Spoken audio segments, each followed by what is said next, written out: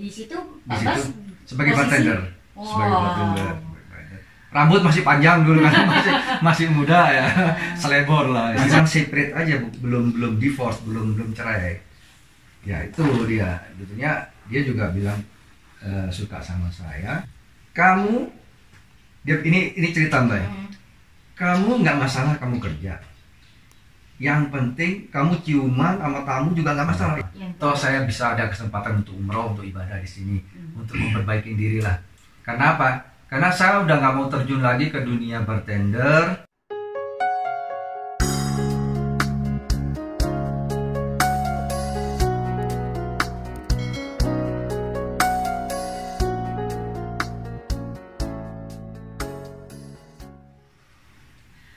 Assalamualaikum warahmatullahi wabarakatuh. Jumpa lagi bersama Fitria Denafa. Sahabat, di video kali ini Fitria Denafa sudah kedatangan tamu. Beliau ini adalah para TKI yang bekerja di Arab Saudi. Masya Allah tabarakallah. Fitria Denafa hari ini ingin berbagi atau ingin share kehidupan atau perjalanan kisah TKI waktu bekerja di Arab Saudi ataupun di luar negeri lainnya. Nah, saya akan memperkenalkan para sahabat saya yang ada di samping saya ini.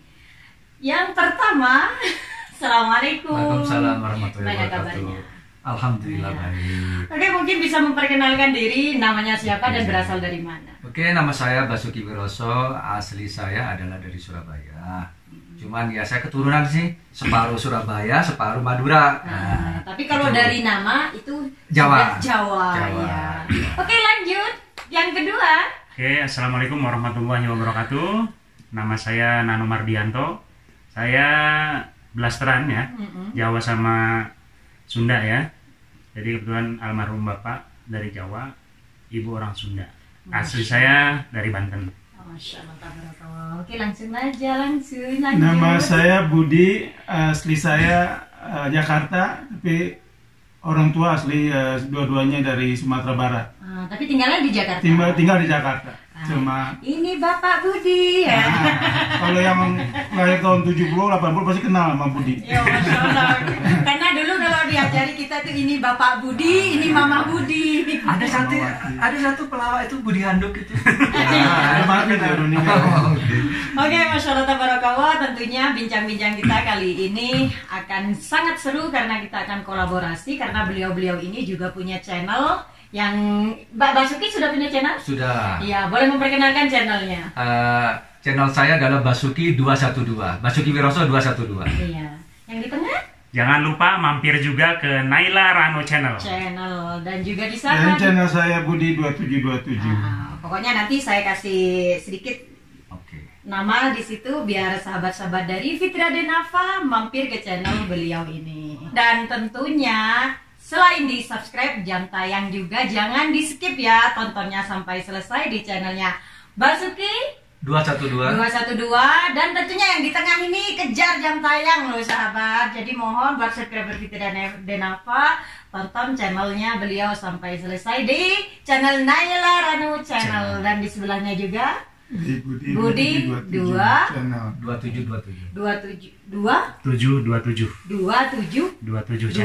channel. Masya Allah.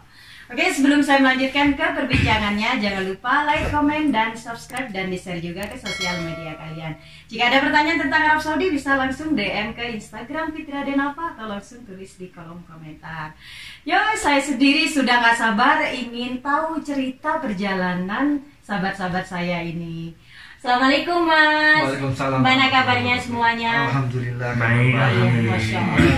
Alhamdulillah. Terima kasih sudah bisa silaturahmi ke kediamannya Fitria Denafa. Masya Allah. Sama-sama. Ini saya mau cerita juga ini ya tentang perjalanan saya ya. Khususnya saya sendiri Basuki Wiroso. Saya lulusan Akademi Pariwisata di Surabaya. Namanya SAS, Surabaya Hotel School. Masya Allah. Surabaya Hotel School. Tahun 91 saya lulus dan kemudian melanjutkan bekerja sebagai memang pengalaman saya di bar waktu itu memang bar. Jadi saya dimasukkan ke bar waktu itu. Itu maaf di darat atau di laut? Di darat. Di darat, iya, di hotel. Sebelum saya kerja sampai 1 tahun, om saya ini udah keluar dari situ karena memang ada mungkin ada tawaran kerja ya. Dia dari Surabaya pindah ke Jakarta, kerja di Hotel Indonesia. Dan sekarang om saya itu setelah kerja di Hotel Indonesia saya sendiri bukan tahu tuh, mungkin tahun 90 sekian itu ya, 94-an mungkin. Dia ada masalah sama keluarganya, pisah sama istrinya, akhirnya dia lari ke Jerman.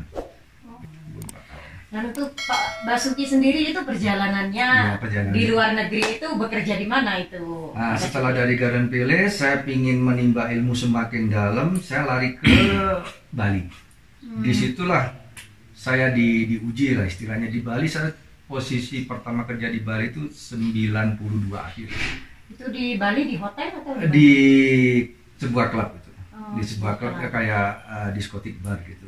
Di situ di tavern diskotik. Habis itu saya kurang lebih nggak lama sih, 6 bulan saya buka Hard Rock Cafe di Bali. Saya masuk ke situ opening team Hard Rock Cafe di Bali. Habis itu saya pindah lagi, setelah dari Hard Rock saya pindah ke sebuah hotel di sana. Tapi saya megang di karaoke-nya. KTF Natur Karaoke, di bawah manajemen Natur. Di situ sebagai bartender. Sebagai bartender. Rambut masih panjang dulu kan, masih muda ya, selebor lah. Masih ganteng ya. Sekarang masih juga kan, di situ saya sempat beberapa kali pindah kerja, cuman yang berkesan sama saya itu tahun 94. Di 94 di situ saya ketemu sama seorang bule namanya dari Jerman, namanya Kitty. Saya sendiri waktu itu usia masih 24 tahun sih, 24 atau 23 ya. Saya sebetulnya itu kalau dulu ya, ini ceritanya. Saya dari SMA itu nggak pernah pacaran. Kalau sekolahan saya tuh betul-betul berantem aja dari dulu gitu. Ya biasa lah anak zaman dulu.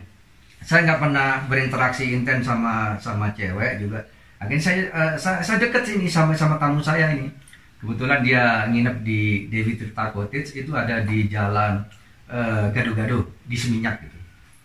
Di situ intens. Beda usianya jauh sih sama saya. Dia waktu itu 39, saya masih 23-24an ya. Nah, dia senang sama saya.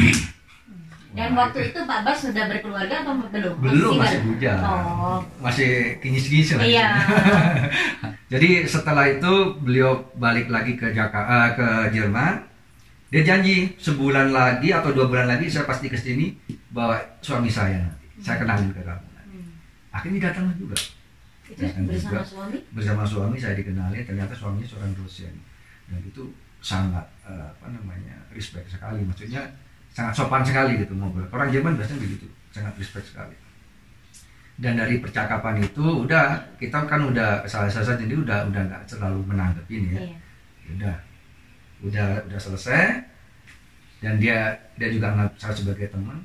Udah kita habis itu mereka balik lagi. Saya pindah kerja lagi. Terakhir saya kerja di Bali itu di Studebaker. Studebaker itu klub namanya yang punya itu internasional gin. Artinya di setiap negara itu ada.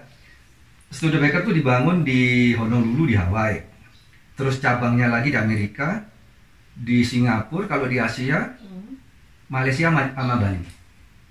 Nah, dan kebetulan yang didik saya itu GM-nya namanya Chris Wilder, itu asli Houston, Amerika. Jadi didikan selengean, didikan cowboy. Ini cerita Mbak. Kamu nggak masalah kamu kerja. Yang penting kamu ciuman sama tamu juga nggak masalah. Yang penting tamu itu konsum banyak. Wah iya bener. Wah didikannya keren itu didikannya. Ini bar ini stylenya style Amerika. Dan kamu ada di Bali. Bali kan udah open ya. Bukan kayak di Jawa itu. Iya. Jadi nggak masalah. Kamu entertain tamu yang kayak gimana. Yang penting jangan ada kamu melakukan sexual harassment. Artinya apa? Pelecehan seksual. Iya. Bule kalau kita nggak kenal, kita nyolek, itu udah termasuk sexual harassment. Iya, betul. Jadi bakalan langsung dipecat itu. Kalau ketahuan itu, terus kita dilaporin. Tapi kalau udah suka sama suka, mereka udah kamu kapten suka, mereka belanjanya banyak, nggak apa-apa, terusin aja. Iya. Saya sendiri juga ini gila ini ajarannya begini. Bener. Jadi itu berapa tahun di Bali itu waktu itu? Di Bali itu kurang lebih saya start 92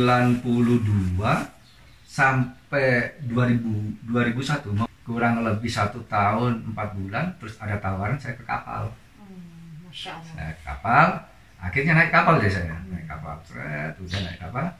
Saya sempat 2 kali kontrak, dan perbedaan ya, perbedaan antara kerja di kapal sama di darat itu memang benar-benar jauh. Kalau di kapal memang kita harus tough, kita harus tangguh.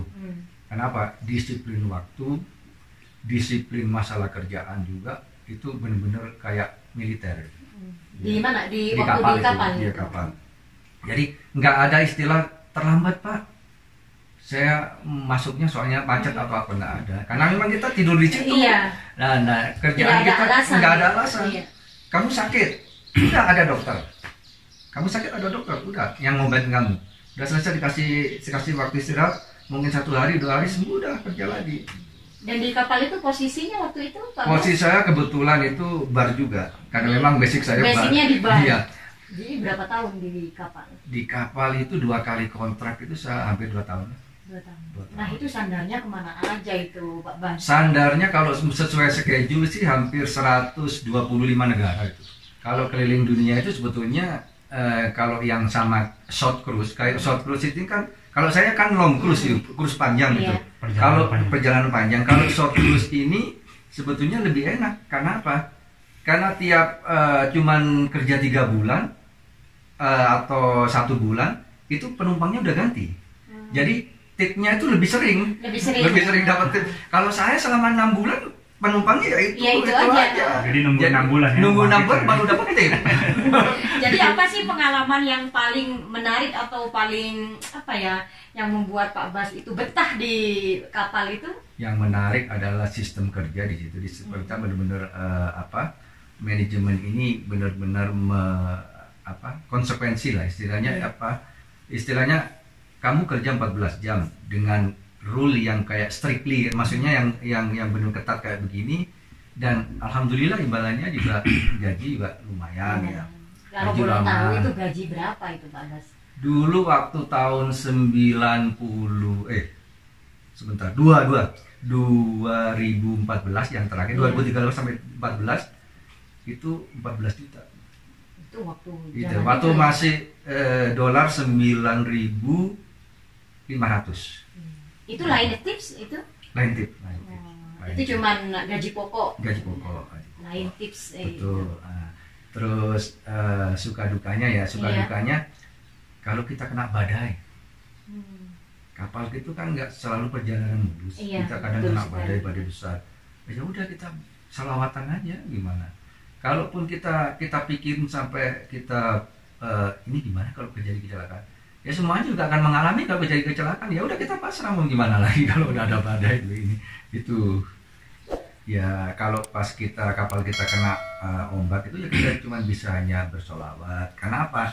Karena gini-gini saya juga muslim gitu loh. Tetap aja kembali hidup mati kita kan ada yang ngatur gitu. Kalau memang misalkan kapal ini harus tenggelam, semua merasakan. Karena apa? Karena kapal saya itu sampai ke Samudra Pasifik, lautan terdalam. Yang paling kita takutkan lagi kalau udah blackout. Blackout itu artinya dalam istilah di pelayaran itu mesin udah mati. Kalau udah mesin udah mati, udah kayak kertas diombang-ambingkan ini gelombang. Iya. Pak Bas ini kan sudah sama turis ya pastinya itu. Betul. Tadi kok sempat bilang masih ingat selawatan gitu. Masih ingat lah. Iya. Karena Pak Bas sendiri kan muslim ya tentunya kan itu. muslim. Tapi waktu itu berperan di bartender. Bartender. Terus gimana Kak Bas? Di hati sama pekerjaan pernah nggak merasakan ini kerjaan saya melayani turis atau seperti itu, pernah nggak memberontak hati itu? Sebetulnya pernah sih, karena kalau di sekolah kan sebetulnya anak saya kan sering ditanyain ini. Iya. Ini ayahnya kerja di mana? Sebagai bartender gitu. Iya. Ya saya juga ditanyain begitu, maksudnya denger yang kayak begitu saya juga shock juga ya. Iya. Sebetulnya saya terinspirasi loh waktu saya jadi bartender itu, saya terinspirasi film Tom Cruise namanya Cocktail juga. Sahabat harus lihat tuh. Iya. Wih, bagus sekali itu. itu bagaimana seorang bartender ya kayak begitu tuh, sampai dia pacaran di Tom Cruise itu dia, tapi ya akhirnya si cewek ini pisah juga sama pemeran utamanya karena memang ada selisih paham. Dan yang saya senang adalah apa? Saya tuh senang ngobrol sama orang gitu, senang cerita sesuatu yang baru, pengalaman yang baru, ketemu orang dari Italia, ketemu orang dari Amerika. Karena apa? Kalau nggak bartender itu nggak bakalan bisa ngorek keterangan lebih lanjut. Karena apa? Karena selagi orang rileks minum, wah udah deh terkorek semuanya. Jadi bisa ngobrol Bisa ngobrol panjang ya. Bahkan bisa mungkin kalau emang jodoh, ada yang teman saya udah lagi jadi istrinya. Jadi Pak Bas waktu kerja di laut itu udah berkeluarga atau belum? Sudah berkeluarga. Sudah Nah, punya anak 2. pernah nggak ada mungkin seperti turis gitu menggoda Pak Bas atau gimana? Sering sih. Banyak ya? Banyak. ada yang sampai jadi teman dia, teman-teman itu selama cruise itu juga, selama perjalanan itu juga. Kebetulan yang jadi teman saya akrab itu orang Jepang itu. Orang Jepang, jadi ya kayak apa, bukan kayak kakak sih, kayak kakak adik gitu ngobrol. Banyak teman saya itu juga bekerja di pelayaran ya. Nah, mereka juga ada yang berkeluarga, ada juga yang masih single gitu. Nah, yang ingin saya tanyakan, pas waktu sandar itu loh Pak Bas, Pak Bas sendiri pengalamannya atau teman-teman lainnya gimana pas waktu sandar melihat wanita-wanita turis yang cantik-cantik gitu Pak Bas? Sebetulnya yang paling terkesan itu saya gini, malah waktu itu sandar di Brasil itu namanya Pantai Copacabana kan, Copacabana. Di situ pantainya panjang bagus itu. Nah, yang saya heran waktu kita sandar di situ sama teman-teman, ada sandbar itu. Sandbar itu bar kecil yang ada di bibir pantai itu, panjang itu. Itu dia bisa tahu kalau kita orang Indonesia. Hai, I love you Indonesia, saya cinta kamu. Saya bilang, kok bisa bahasa Indonesia ini? Saya pikir gini, ada berapa orang yang udah gilir mereka ya? Iya, karena godaannya katanya kalau kerja pelayaran itu pas sandar ada yang naik, katanya ada yang menyamperi juga itu Pak Bas. Pernah nggak terjadi? Nggak, kalau untuk naik nggak boleh memang. Orang-orang luar nggak boleh naik. Kalau yang naik itu adalah kapal kargo biasanya. Jadi si cewek yang menjajakan ini jadi sebetulnya itu kapal kargo aja yang bisa masuk. Kalau kapal passenger nggak boleh. Memang benar-benar harus penumpang dan itu punya ID card gitu. Jadi kalau memang yang ada sebagian ini ya, ada sebagian juga yang mau nakal itu, jadi mereka yang keluar. Iya betul. Kebetulan teman-teman yang udah kerja duluan daripada saya itu yang senior itu, ya kebetulan banyak sih anak Bandung, anak Madura juga. Kita mau bongkar-bongkaran. Pak Bas pernah enggak nih? Kalau untuk ke situ saya mikirnya apa? Mikirnya belum balik modal sih, jadi ya hemat-hemat aja sih. Masalahnya untuk terjun ke kapal itu bisa kerja di kapal kan harus keluarin duit banyak juga untuk apa namanya dokumen semuanya kayak GST, kayak MEVA semua segala macam itu kan duit gede itu juga. Jadi ya saya nggak mau ceroboh gitu. Jadi tetap ingat ekor saya ini 2 ini di rumah ini. Ekor saya 2 sama istri saya. Cuman yang bikin seneng itu adalah apa kayak makan gitu loh. Jadi eksplorasi saya itu waktu saya sandar itu saya cari makanan khas apa, terus cenderamata apa yang itu yang saya beli. Jadi menyikapi hal-hal maksudnya yang kayak perempuan-perempuan ini gimana Pak Bas sendiri? Tidak sampai pergi ke wanita turis ini. Iya. Yang saya pikirkan balik modal itu dulu, balik modal sama kelangsungan daripada apa finansial keluarga kita. Saya nggak mau pusing lah dengan perempuan itu. Toh cuman kita pisahnya cuman 8 bulan paling banter ya. Nanti habis itu balik lagi. Tapi kalau teman-teman saya juga nggak mengingkari sih, nggak membohongi. Memang ada sebagian begitu. Apalagi kalau spot-spotnya bagus kayak pernah di Kolombia itu. Kolombia itu kan cantik-cantik. Blasteran antara Latin sama Eropa. Waduh. Itu mantap itu sudah. Mantap itu sudah. Jadi memang Pak Bas sendiri ini tidak sampai tergoda karena memikirkan yang di belakang seperti itu. Karena alhamdulillah nggak sampai gitu ya. terjerumus di situ sih. Alhamdulillah. Nah, yang ingin saya tanyakan ini Pak Bas kan sudah melanglang buana di negara orang. Iya. Nah, kenapa harus memilih ke Saudi Arabia ini? Oke, dan gini. Awalnya bisa sampai ke Saudi. Dan setelah saya selesai di pelayaran itu, saya kepikirannya ke Australia apply. Udah saya apply ke sana, tapi belum ada panggilan. Lah kebetulan di Arab Saudi ini ada panggilan gitu loh. Iya. Karena gini, itu emang impian saya ini di sini, maksudnya untuk umroh ya. Iya. Karena schedule kapal saya kemarin itu kan memang ada sandar di Jeddah. Jeddah, ya. Ada sandar di Jeddah. Kurang seminggu sandar di Jeddah itu saya udah selesai kontrak. Jadi saya harus pulang. Saya nyesel. Aduh, kenapa nggak sampai umroh saya gitu, Iya. gitu. Nah itu memang jadi PR saya. Kapan saya bisa umroh ini? Akhirnya ke Arab Saudi ini dipanggillah duluan daripada di Australia ini. Nah, nggak apa-apa. Toh saya bisa ada kesempatan untuk umroh, untuk ibadah di sini, untuk memperbaiki diri lah. Karena apa? Karena saya udah nggak mau terjun lagi ke dunia bartender. Setelah saya kurang lebih kerja itu udah 30 tahun di bartender, terutama di hotelier itu, di bisnis perhotelan. Ya itu. Jadi ya saya terbersih di hati kecil saya ini, saya pingin umroh aja ibadah.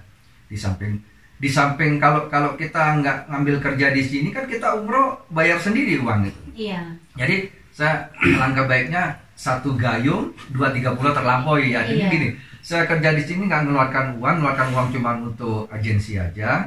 Saya dapat kesempatan untuk umroh beberapa kali, terus udah itu dapat gaji. Iya. Alhamdulillah udah nyampe di sini. Ada nggak sesuatu yang membuat Pak Bas di Saudi ini membuat hati itu tenang?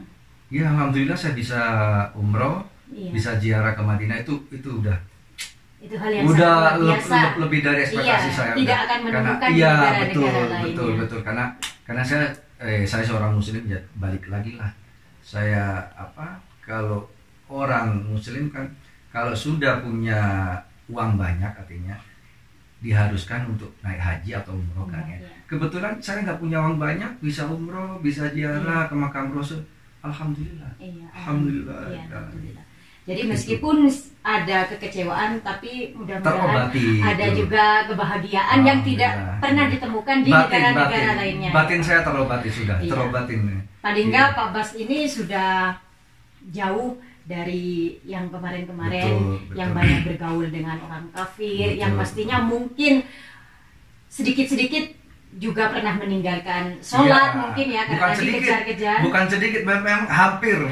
Karena memang kita sendiri yang minoritas ya. Kalau di kapal itu minoritas karena sebagian juga pegawainya banyak kan anak Bali, Bali, terus sudah itu ya ada sih anak Jakarta, anak Bandung juga ada. Cuman ya kalau untuk sholat itu kita udah saking striknya peraturannya, jadi ya udah kita tinggal sering terlampaui ya. Iya, tapi alhamdulillah setelah berada di Arab Saudi ini, meskipun tidak seperti apa yang diharapkan, tapi paling tidak menghindari dengan hal-hal seperti maksiat, maksiat mata ataupun lainnya. Betul. Dan mudah-mudahan kisah Pak Basuki ini menjadi inspirasi buat sahabat-sahabat semuanya. Tidak semuanya kita harus mengukur kebahagiaan itu dengan uang. Terbukti meskipun tidak seperti yang Pak Bas harapkan, berada di Arab Saudi ini, beliau ini bisa menemukan kebahagiaan batin, dan yang paling diimpikan oleh umat muslim seluruh dunia, bisa pergi ke Baitullah dan juga bisa ziarah ke Madinah. Mudah-mudahan kisah ini bermanfaat. Jika bermanfaat, bisa di-share ke sosial media kalian. Jangan lupa like, komen, dan subscribe-nya, dan di-share juga ke sosial media kalian.